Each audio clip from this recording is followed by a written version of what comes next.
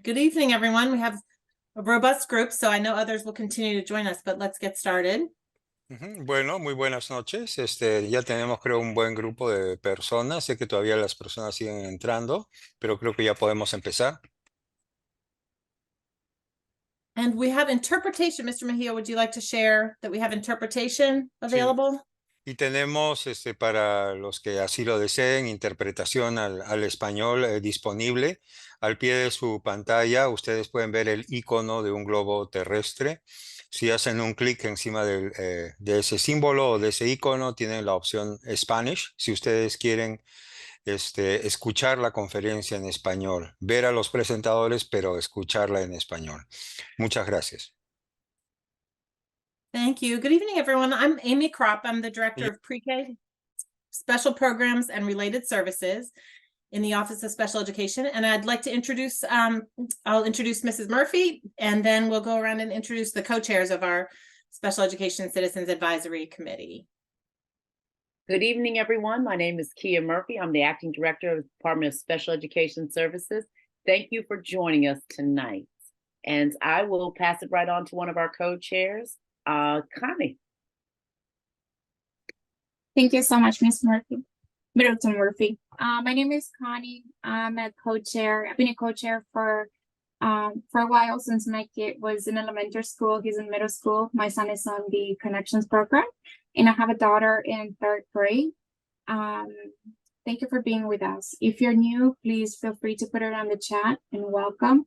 I just want to take 1 minute to let everybody know that there is a person missing in Montgomery County. 31-year-old Rashawn Williams. He has Down syndrome. He's nonverbal. If you happen to be up there, please be on the lookout for him. I'm going to put it on the chat, the most recent article about him with some pictures. Please stay with him and call 911. That's all. Thank you so much. Thank you for sharing that. Dr. Wong, you want to introduce yourself? Hi, good evening. My name is Jingfeng Huang. Okay, I have been as the co-chair for SECAC not too long, so I'm also new and try to learn all the drills as well as many of you, and I will try my best to facilitate and support the SECAC meetings as well as communication with our parents in the coming SECAC meetings and all the events as well. And I have a 10-year-old daughter in Dufei Elementary School in the Learning Center Special Program. And I have an elder daughter in Richmond Montgomery Magnet Program. So I really welcome everybody here, and hopefully we can have more collaboration and some working relationship in the future. Thank you so much. Thank you. And Amy Bloom, do you want to introduce yourself? Hi, everyone. I'm Amy Bloom. Welcome. Thank you for our returning families, and welcome to the new families. And for what it's worth, I think no matter how long we've been here, we're all always still learning and, helping out each other. So we have 2 boys. One is at Bethesda Elementary in 4th grade. And we have a 7th grader at Westland, and he receives inclusion special ed services. So we've been kind of navigating that. That's my 4th grader you might hear in the background now. So I think that's it. Yeah, keep the emails coming, and please don't be shy about asking us questions, sending comments, doing public testimony. We really appreciate all of it. So thank you. And our other co-chair, Ms. Brooke Levy, is not able to be with us tonight. She has a daughter at Seneca Valley High School, and she has long been involved with us and been an active member of the community. So she is not able to be here tonight, but in other months, you will certainly see her face along with our other co-chairs. If the agenda we shared, but tonight what we're going to do is we're going to share some feedback on feedback. We've been getting topics of interest that the SECAC that SECAC would like to tackle and discuss and learn more about and share more about in the future. So we're going to kind of group those into some themes. We've taken a lot of the feedback and we're going to try to kind of crystallize it into giving us some next steps in how we want to work in the future. And then we have Ms. Stacy Heinze will talk to us about a lot of upcoming family workshops. This is a heavy time of year when we share information and informal and informal ways, and want to make sure that you all as SECAC members are aware of all the trainings and professional learnings that teachers are doing, and also all the parent opportunities that we have for you. So we will go through those, and also some MCPS and Maryland State Department of Education resources that have been developed with the interest of sharing information with parents. We want to make sure we share those with you. And we have an assistive technology expert, Etna Ellis, here on our staff, and she's going to share information about assistive technology resources that your children may be newly using this year or returning to use. And she's certainly here to share information and ask questions and approach your topics that way. And then we do have Sperry Silverman is going to talk really briefly about some updates in the IEP documents that have taken into that are in effect now as of July 1st, 2023. So you will start to see those updates and changes, slight changes in your children's IEP at their upcoming IEP meetings. And then we'll have breakout groups. So Amy Bloom, Ms. Ellis, and Dr. Wong will lead breakout groups on various topics that we will, you might want to learn more about or share or connect more about. And then we'll talk about topics that we want for the rest of the year's SECAC. And we always have our opportunities for public comment, so we can make that available too. We did not receive any requests in advance for public comment. So that's how we will proceed. We did want to take a moment first to have a moment of silence in recognition of the lives lost in Israel and in gun violence, by gun violence in the United States. So we'll take a brief moment of silence.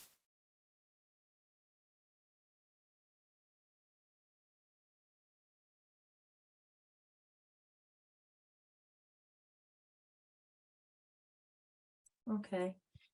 Next slide. We have a few celebrations. We always want to take an opportunity to share. Our PEP team, preschool education program, we have a really active PEP community, and one thing that they've done last year and continued with great success this year are PEP play dates. So PEP teams meet their children and their families in the parks up county and down county and scattered throughout on the weekends. And you can see there's the team of teachers and parent educators that came, and then the other slide, they bring activities and fun things for the kids to do. And largely it's a time where, in response to a lot of desire to connect with other families, parents and caregivers come to the play dates, can meet each other, and oftentimes there's sort of informal sharing of information and watch their kids interact with each other and maybe make connections that way. And then this nature forward play space is at Wood End Sanctuary. Some of us call it Audubon Society, but it's also formally called the Wood End Sanctuary.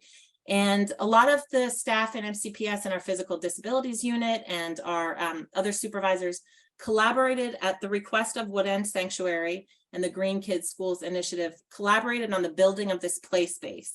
And it's a fully accessible play space. You can see it's designed with our expertise in mind.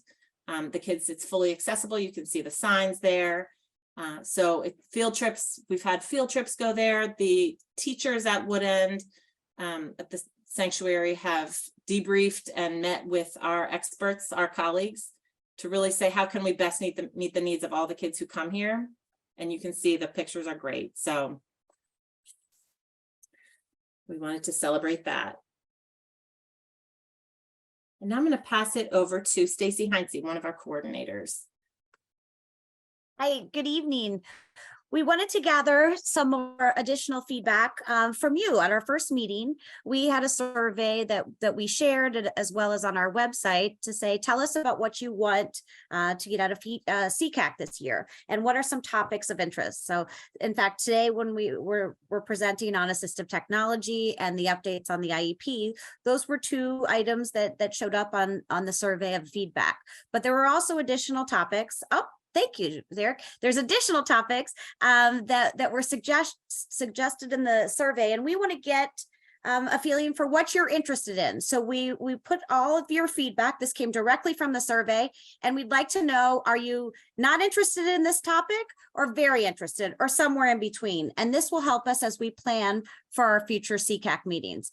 I will drop the links in the chat to give you an opportunity to do that, but they'll also be posted on our website, and we'll also share it. It'll be right in the slides that is also posted on our website following this meeting. We have it in English and Spanish, and please take a few minutes and let us know what you're interested in. We will be using this as we plan for our future meetings. And still me, Family Support Center. I'm going to be Mary Beth Mazzarana. She is not here this evening, and she's our Family Support Services Coordinator. And she has just been busy planning some of these upcoming workshops that we will be offering. The workshops are all virtual. And the links will be found on the website. There's a family support website.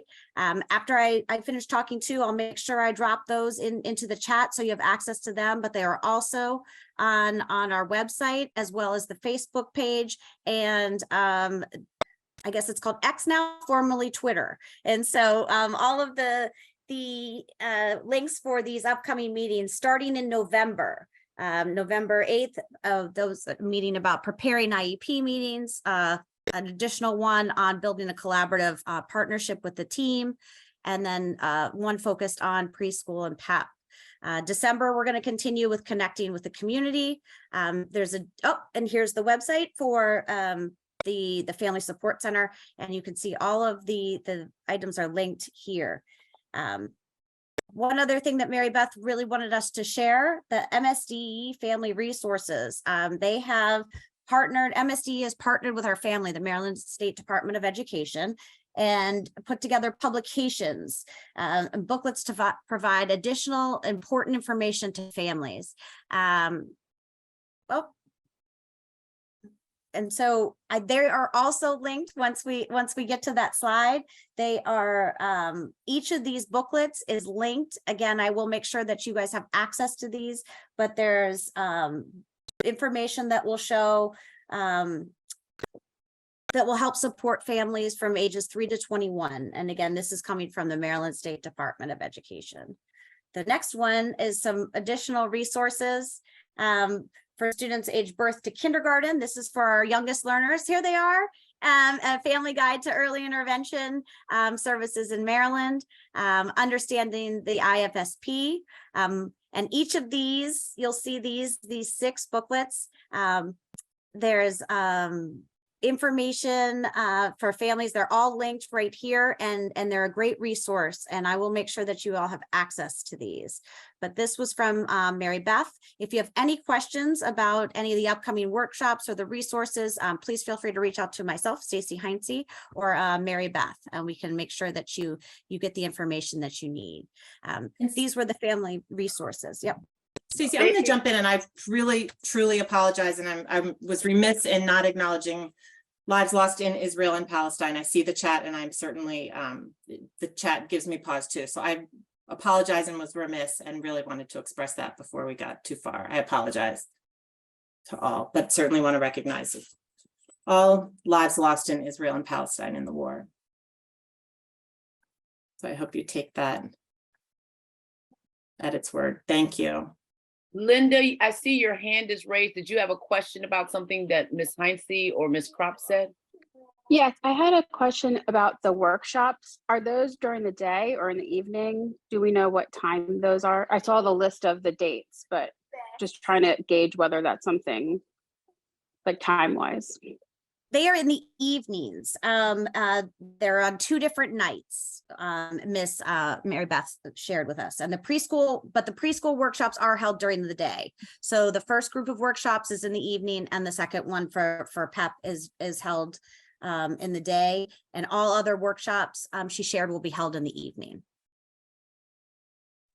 Thank you. Now I'll introduce Edna Ellis, who is an instructor. One more thing, Ms. Kropp. Yes. I think you or Ms. Heinze mentioned about public comments, And I just think because we noticed that we have some new members here, with a gentle prompt from Connie to explain what public comment is. Absolutely. I'm happy to explain. And in fact, I'm going to touch on that at the very end of the meeting when we recap. One of the surveys that we put out is where we asked for your feedback and your interest, your topics of interest, because we want to make sure that we're talking about things that information that you're looking for and topics that are important to you. The other thing that is on that form is a request for translation. So if you would like to request a translator for any of our SECAC meetings, please enter your name in the requested language on that form. And the last thing on that form is to sign up for public comment. And what we ask is that you give notice. It asks for what your topic will be, the date that you'd like to speak, and then there's also listed in there on the guidelines. And I will reach out to you prior to the meeting just to confirm your topic and what you would like, that you are available to speak and still want to speak. And you'll have roughly 3 minutes to do so. And again, that happens at the beginning of every meeting. This meeting, we did have one, but unfortunately she couldn't make it. She had to cancel at the last minute. So she's going to sign up for a future one so in the future. So that is all linked in a survey. And again, I'll drop this information in the chat so that you have it. But we will start with public comment if there are any requests at every single SECAC meeting. Thank you. And I see Sharon Norcio here, who's her hand just raised, our representative from the Montgomery County Rec Department. And Sharon is a longtime participant here. And Sharon, you want to share your information? Take it away. You're on mute, Sharon. There we go. Now I'm unmuted. Thank you so much. Hi, everyone. Good evening. I'm Sharon Norcio with Montgomery County Recreation. Just want to say hello. I know that everybody's had a chance to sort of catch their breath a little bit since school started. So now it's time to move on to recreation. Wanted to share a couple of events that we have coming up this weekend. We have our sensory-friendly Spooktacular Saturday at Holiday Park. That one is free for families from 1 to 3. Holiday Park is right off of Veers Mill, near Veers Mill and Randolph Road. I will drop the information in the chat. That is for all ages, for families. People with and without disabilities can come to that one. The same evening, we have a Halloween dance. Our Monster Mash dance will be for age 15 and up for 6:30 to 9:30 p.m. We have a DJ. It's a great way for folks who are transitioning to meet folks in that early 20 group. That's for age 15 and up. And if you have any questions, again, I will put my information in here. Sunday, for the first time only, we have our very own TR floating pumpkin patch at the Montgomery Aquatic Center, which is also the Kennedy Shriver. It's near White Flint Mall, and that will be 10 to 11:30 a.m. It's $5 a person, and it includes swimming, a pumpkin, and a craft. That's open to anybody. The other floating pumpkin patches cap out at 12. So we were able to talk to our aquatics team, get some extra pumpkins, and have ours extended to age 21. So we're super excited we were able to make that happen this year. A couple other things I wanted to mention. Our Kids Day Out for the younger folks, it is full at 40. So we're super excited about that because next Wednesday, the 1st, is a day off of school. So we will have 40 of our younger friends, and I think we have 12 of our teenage friends, and the teens is 13 to 21. That program is at Bauer Drive. There are still some teen slots left. Then we also have free in 23, which is now fit in 24. So any of you who need to burn off a little steam, it's a free membership to any of our gyms and weight rooms in the county. So that's super exciting. And then the last thing I have for you guys is winter registration opens November 13th at 6:30 a.m. So if there's anything like pickleball or swim lessons that you want, totally recommend you get on early and get what you want. Again, I will drop all this in the chat. I know it's a lot of information at one time, but we're super excited to give you guys this information. And if you have ideas for other programs, we're always building. So thank you so much. Thank you very much, Sharon. Now, Etna Ellis is here. She's our instructional specialist with the Physical Disabilities Program unit. You'll see her PDP behind her, and she's really an expert on the Interact team, working with assistive technology throughout the school system. So she is here to talk about assistive technology. We have, we've often talked in SECAC meetings about assistive technology. There's always more to learn. Things are always changing and growing. And as new school years come, sometimes many of your children are going to be using new tools introduced in their classes. So Etna is here to share information and answer any questions. And including Etna, do you want to give us a start by explaining what the Hyatt team is? Sure, absolutely. First of all, thank you so much for inviting me to speak this evening. It's a great pleasure. I am again Etna Ellis, and I have been, well, we're just thinking today, the Hyatt High Incidence Accessible Technology team has been around for close to 20 years, which was kind of shocking to think about that. But I have been either on the team or closely connected with the team for many, not all of them. And again, as Amy pointed out, it is housed under the Physical Disabilities Program. So I am going to momentarily share my screen, but I want to just introduce how I'm going to run the presentation this evening. It's we're going to start out with just introducing you to Hyatt, review some of the key terms that will be helpful to have in the background, demonstrate the process whereby school teams can connect with us to get support, and also then move into the majority will be just to review the website, some of which is accessible for staff and some of which is public facing and parents can see as well. So I'm going to highlight some of the areas that might be particularly interesting for parents. So again, thank you for inviting me. I'm going to share my screen. So I won't see the chat. So I'm going to ask again, if somebody would like to interrupt me, if there's something pertinent in the chat that we'd like to review. Sure. Yep. Thanks. Okay. So the first thing I thought is it would be nice just to see who we are, right? The team. And on our website, we do have a link to who we are. And you may or may not have had interactions with the Hyatt team in the past. And if you had and you saw a name associated on one of our documentations, these are the folks that are on the team. It's a small team. There's five of us, and then we have a fabulous office manager that keeps us all together. So that's the team. And then I'll go to the next slide and just say, some of the key terms that just are good to have in the back of our mind are just some definitions. Because when we're talking about assistive technology, we talk about a device.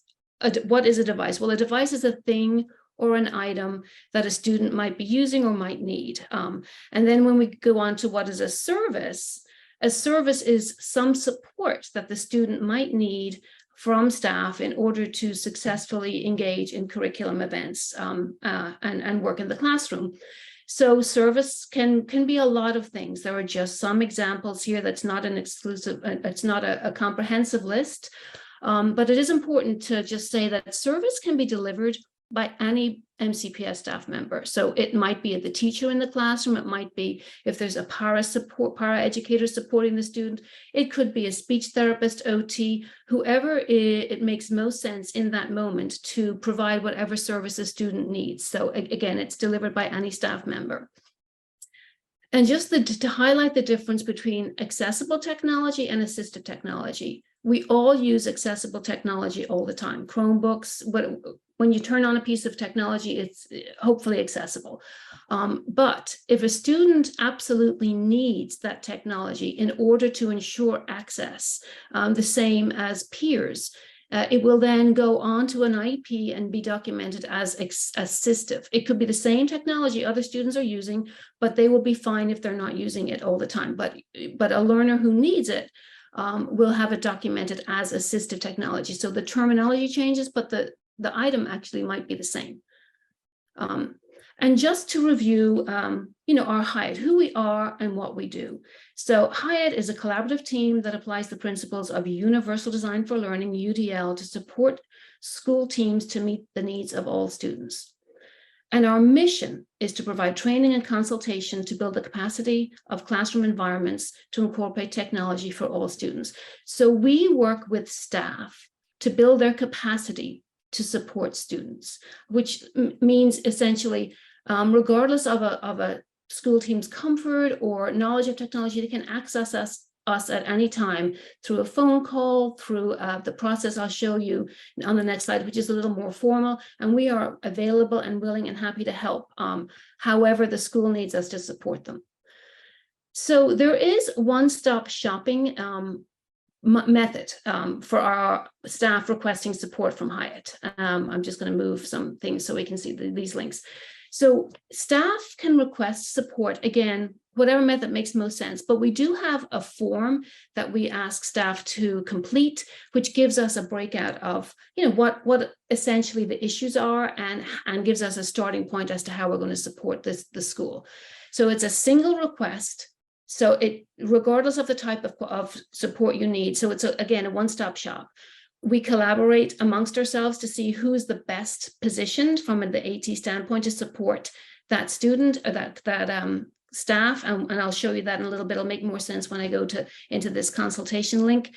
We train in multiple formats. We do one-on-one training. We will do webinars. We will do whole school training. We run courses. We train in whatever way meets the need. And we use a coaching model. And just one more part to highlight. We obviously work with students of IEPs, but we also work with students who don't have IEPs, who have 504s, or who are just homeschool model and without a 504 or an IEP. We'll help anybody who needs help. So when you go into our Hyatt websites, this is available for staff, and I'll show you it again on the Hyatt website, but I wanted to show you the page that staff see when they want to get a consultation for assistive technology, regardless of who's going to support them. They click on this link and they make a request. The request comes into our office and it sort of gets triaged out to whatever group makes most sense to support the student in that moment. So it could be us, High Incidence Accessible Technology. It could be Interact, which supports students who are largely have communication challenges. And so they're more low incidence disabilities. It could be the Vision Office, or it could be the DHOH office. So again, one-stop shop, it comes in and we send it out to whatever group makes most sense to support the student. This may be a process that's familiar to you or maybe not, but I just wanted to highlight that this is the process that we largely use when considering the need for assistive technology. And so, it's sometimes tempting to think about a tool that might be a great fit, but we sort of back map to the student's issues, student strengths and weaknesses, and we look at the student, environment, task, and tools. And it's sort of, the acronym is the SET process. So for example, if a student is struggling with writing, well, writing is very complex. There's many pieces to it. So we want to think about what the specific area of writing might be the challenge. And we might think, oh, speech to text is a great tool, and it is. But if the student is struggling in the area of organizing and planning his writing, it wouldn't be the right fit. So we, again, go to the student, what the challenges are, the environment where the challenge is occurring, the task the student is not completing that we would like him or her be able to do a little bit better, and then we go to a tool. And so this is our website. When you go in, if you do a Google search or you search in the MCPS website, you will and put in Hyatt, you will get to this page, and this is what you'll see. And some of these links are available for staff, and some are available, they're public facing. So you as a parent will be able to click into some and not others. And I'll just talk a little bit about that as we move on. I wanted just to highlight too that at this point, we have a lot of resources that are public facing. However, Google has changed their permissions. And when we used to make things available to anybody with the link, if it's in an MCPS created folder, that no longer works. Google's changed the permissions. So we are in process of migrating some of those resources. And so you will not be able to see some, but be aware that we are migrating them and they will be available soon. So this is the website, and I just made another slide so that just to frame what we're going to look at today. And so I've highlighted in green the areas that we're going to do a little bit of a mild deeper dive, and then some of the areas in yellow will probably just reference. So I'm going to click into the website and start to go through some of the tools that I think you might find helpful.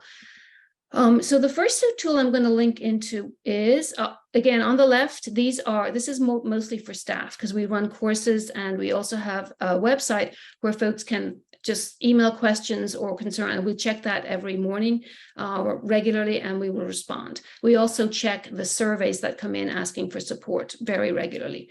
So in terms of what might be useful to highlight in this venue, so the UDL tool finder is one thing that I think might be useful to look at. So when we think about how we can support staff on a website, how do staff think about how to look for a tool? My student is struggling. I want a tool that might match it. So what we do is just sort of splash out the areas where a student might be struggling. And if I click into reading, for example, well, how might my student has low vision, or my student is struggling with decoding or with comprehension. So we try to make the right fit with regard to tools that might help the students who do have issues or challenges in these areas. So for example, a low vision student, well, using text to speech might be super helpful for a student who has low vision. And so they'll be able to click into these resources where we have some suggested fits that might match the challenge. And so these are kind of quick guides there, and these quick guides are available in this format. They're also available in other areas. But like we will go into tutorials on how to provide text to speech to support a student that might be struggling with low vision. So that's sort of the tool finder. And I can go back to the web page, hopefully. Resources. Well, I'll go back to the web page.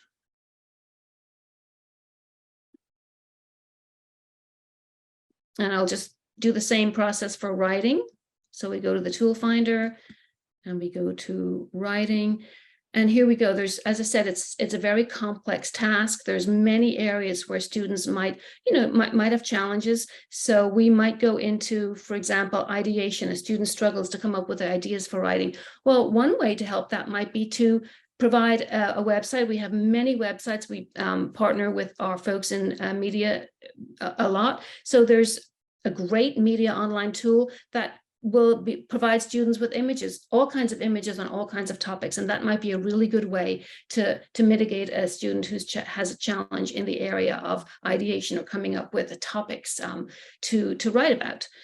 So that would be the tool finder. And I will go back to the presentation and go to the next part of our website that I want to show you, and that is quick guides.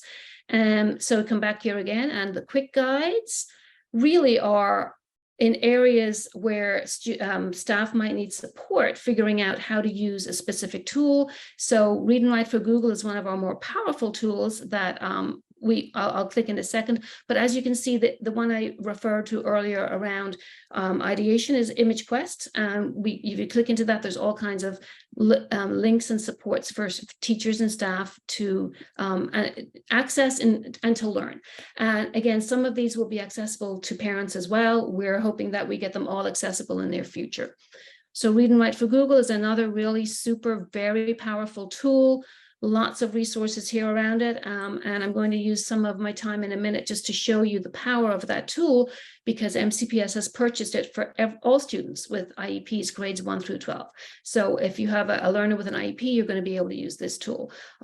So those are quick guides. And again, hopefully they will be all available for folks outside of MCPS soon. So if we go just to talk about the ones that I've highlighted in yellow. If I go into the website again, there is an assistive technology guide. I'm just going to show it to you really quickly, and I believe parents can access it. And this was put together by Linda Wilson. She is the lead of the Hyatt team, and it goes through from soup to nuts, all kinds of topics related to assistive technology in MCPS. What is it? How do we consider it? How do we document it? How do we get devices? How do we make sure that the goals are aligned? So there's a lot of information in that guide that you can check into if you would like to. Considering assistive technology goes a little deeper into our process. It splashes out the set process. It again references the guide. When we do a set and we come up with an idea for a tool that might be a good match, we definitely recommend a trial period. We don't like to say one and done, that we definitely know this is going to work. We like a trial period. We like an implementation plan. So that just gives you an insight into, the process itself. And then the last thing I'm going to talk about is, I'm going to go back into my slides, is just to give you a quick demonstration on that Read and Write for Google toolbar, so that you can sort of see the power of some of these tools. And I will also itemize that some of these tools are actually free for all students, and some are on the toolbar premium features that only folks who have the premium version, again, all IEP students from grades 1 through 12 have it. I'm just showing you some of these features that you can play with at home. Now, I did Google, like, what would be a topic everybody's interested in, and sports came up as the #1, and that wouldn't be my area of expertise, but I found one on rugby. And just to say, you may detect an accent. I'm from Ireland, and Ireland's doing very well was in the Rugby World Cup. So that's my selection right there, rugby. So I'm going to show you that text to speech, and this is available for all students. This is a free tool. So students who get this toolbar will have many features grayed out if they don't have an IEP, but text to speech will not be grayed out. So I'll show you. I can play. And it will 2023 Rugby World Cup, French, coupe. So again, text to speech, free tool, highlights as it reads so that folks are actually engaging in the text. It's not just a listening exercise, and there's research to support that's helpful for students. And if I press pause, it will pause right in the speech. And if I press the stop button, it will stop, excuse me. So very powerful tool for our students. And two more tools I'm going to show you. One is that was clearly a reading tool,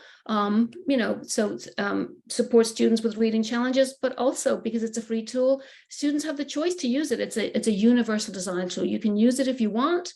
And so even for students who need to use it, oftentimes tools that are essential for some students are actually, kind of good for all students sometimes in a moment if they choose to use it. So another tool I'm going to show you is a tool that supports spelling, and it's word prediction. And if I bring that down, you can see it's trying to, it's got an auditory preview. So it guesses the word you want to spell based on your spelling. So I can say the weather is beautiful. So I can select if I want. I can try to type it, but I'm going to type weather.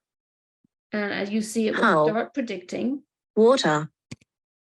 So by type 3, it gets weather. And if I don't know that that's weather, again, I can flip through and have an auditory preview. Click on weather. Is weather. And this next word I'm going to spell really badly because I want to show you that it actually it understands how folks who have challenges in the coding, decoding, and encoding think. So I'm going to spell the word beautiful very badly, and it won't get it until I get right to the end. But when I get to the end, when I persevere all the way through, it knows, okay, she's trying to spell the word beautiful. So it sort of has that capability. So that's a really powerful tool for some of our students that struggle just in the area of spelling. It doesn't predict what you want to say next, like it doesn't give you phrases, but it does certainly give you the ability to write, some of those higher potent vocabulary words, even if you can't spell them, because sometimes we'll find our students avoid writing those bigger words because the spelling is the barrier. And the last tool I'll show you is speech to text. And that, again, I'm going to turn off my word prediction and turn on it's called Talk and Type on this toolbar, but for Google, it's actually a free tool and it's called voice typing. So I could get to the same tool using tools of voice typing. So you do not have to have this toolbar, but I am going to use it on the toolbar just because it's there right now. Hello, how are you? ? I am lousy, sad face. Oh, hope you feel better soon. Happy face, new line. Okay, let me try that again. New paragraph. It generally follows some mild grammatical prompts, but and then I'm gonna just say the end period. Okay, and turn it off. So just to say, a lot of these tools, you'll be familiar with them with your own technology, but our students are working in a Chrome world and they're just readily accessible to them in this Chrome world in Google Docs. So it's sort of, again, the one-stop shopping phenomenon for our students. So that's my 20 minutes. I just heard my alarm go off. So I am going to stop sharing my screen. And I know I'll be in a breakout room later. So if folks have questions, I'll be more than happy to answer them. Thank you. Thank you very much, Etna. And you just queued up that you'll have time for more informal questions, answers in one of the breakouts. If after our presentation topics here, we're going to go into breakouts, and Etna will be in one of the breakouts and can answer more specifically. But I think, we could have Etna and her Hyatt colleagues speak for hours and hours. I know our staff sign up. Some of the trainings that her team does are some of our most popular voluntary professional learning opportunities that our staff do across the age span, across the services, elementary, middle, high, everything. People are just, really, really think these are so valuable for their students, and word gets out. So thank you. And now I see Sperry Silverman is here, and there are some brief highlights to small changes to the IEP document, the Individualized Education Program document that began on July 1st from the state. So you will see those incorporated in the IEPs as you have meetings with your child upcoming. So Sperry is nice enough to be here and just share some of the highlights of what is different in the document. Hello, my name is Sperry Silverman. I work in the IEP office. Derek, can you go back to the first slide, please? I'm sorry. Okay, if you can click on that link, Derek. I just wanted to start by showing this resource that's on the Maryland State Department of Education website. So every July 1, the new IEP changes are implemented in the Maryland Online IEP tool that we currently use. We've been using since 2017. And this is a good resource that you might want to share with other families. They have all the IEP changes posted here along with family resources. But if you can see there right in the middle are the IEP, the new form from July 1, 2023. And the forms are translated in different languages on this website. So if you wanted to look at the form in different languages, that's available right here. Okay. And then Derek, if you want to go back to the next slide. So the first changes that Derek, okay, most of the changes this year were strictly like updating to the Maryland, getting rid of the HSA and moving to the Maryland Comprehensive Assessment Program. So they're very subtle changes, I think, like Amy said at the beginning. But if you just look on the participation planning page, you'll see that HSA has been removed and been replaced with MCAP. Okay. Derek, do you want to go to the next slide? Again, these are just changes that reflect the MCAP, and they just changed the performance summary page where you'll find your state assessment data for your child entered.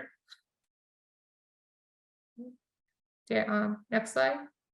And then for present, so since last year, they added present levels for transition. And the present level for transition changed to include employment and education training areas. So that you'll find that new on the transition page. And then again, some more changes to the transition page. It's changed from Maryland Transition Plan Guide for individuals with disabilities to a family guide to secondary transition planning in Maryland. Okay, next page. And then the special considerations communications changed. They included a sorry, it's so small for me to see that. I have it up on my other screen here. Sorry. They changed that to add a communication question if the student is using picture symbol communication. Okay, next page. And then some changes to the accommodation pages. Okay. So you can see they're very subtle changes. Next page. Again, more so calculated accommodations were added to the Maryland Integrated Science Assessments. And then the accommodations were added for access for ELLs, kindergarten access for ELLs, and all access. And then if you look up, this page is kind of small for you to see, but when you read your IEP, when you read your child's IEP, at the very top, it'll have a list of the assessments, and then when you go down, it'll tell you which accommodations can be used for each assessment, or allowable accommodations for each assessment. Next slide. Okay, so this is a change to the placement data. It says it changed the where the child count codes are, and also a text box to discuss what placements were considered for your child. Okay. Next slide. Oh, I'm sorry, this is also goes back to that page, your child count eligibility codes. Okay, and then just to kind of go over the child count eligibility code. So child count eligibility 1 is for a student receiving service within the public school setting. Child count eligibility 2 are for students that are enrolled in a private Montgomery County school, but receiving services with what we call a service plan. Eligibility 3 is where a student was eligible for a service plan, but the parents declined the service plan. Eligibility 4 is if the student was found eligible, was a initial IEP was developed, but the family decided not to consent for service. And eligibility 6 are for our students that were found eligible before age 3, but decided to stay with the extended individual family service plan. Okay, let me just check the.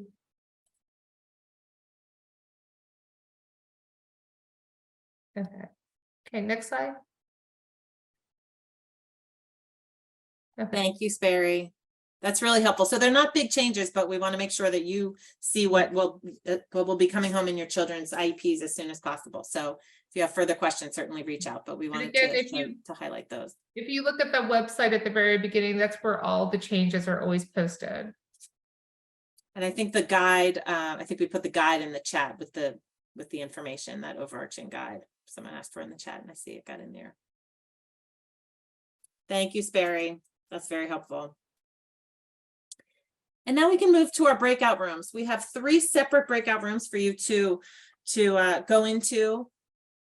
The first one is Amy Bloom is going to be in a breakout just to connect with families of students with attention deficit hyperactive disorder. To just tips or tricks, or just connecting with families. And she will be in there as well. And in the second breakout group, Edna Ellis is going to stay with us and be able to answer questions and go maybe more deeply into some areas about assistive technology. So she will be able to be in breakout 2, and then in the third breakout room, our co-chair, Dr. Wong, will be sharing resources from SEEDS, which is a student-led community association, and the language is there. It's a nonprofit working to meet the needs of special education students in more community-based activity settings. So he will be in breakout room 3 to share more information about that for those who are interested. And then we will regroup back here and talk about planning for the rest of the SECAC year. I think Derek is going to open the breakouts for us.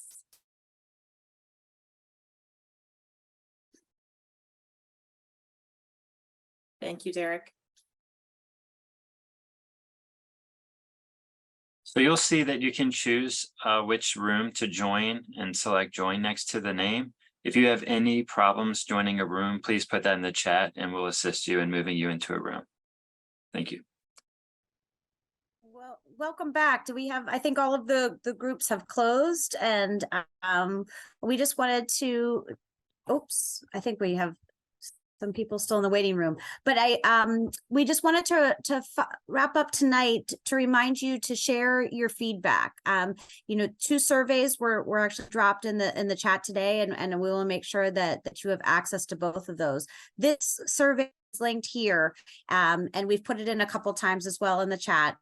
This is for giving some new ideas, requesting an interpreter, as well as requesting to sign up for public comment.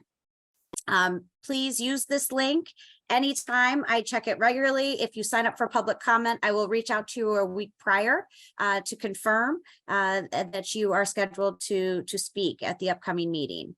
The other piece that I wanted to mention to you, MCPS is using a new communication tool called Remind.